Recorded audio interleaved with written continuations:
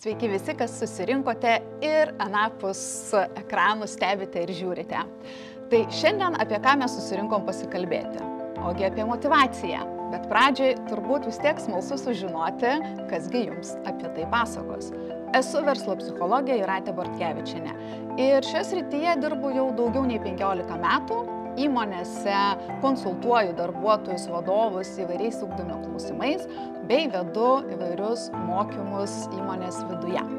Ir šiandien mes pasikalbėsim apie tai, kas iš tikrųjų labai dažnai skamba iš vadovų lūpų. Kaip man motyvuoti darbuotojus, bet labai dažnai skamba ir toks darbuotojų klausimas, ką man daryti, kad norėčiau dirbti produktyviau ir efektyviau.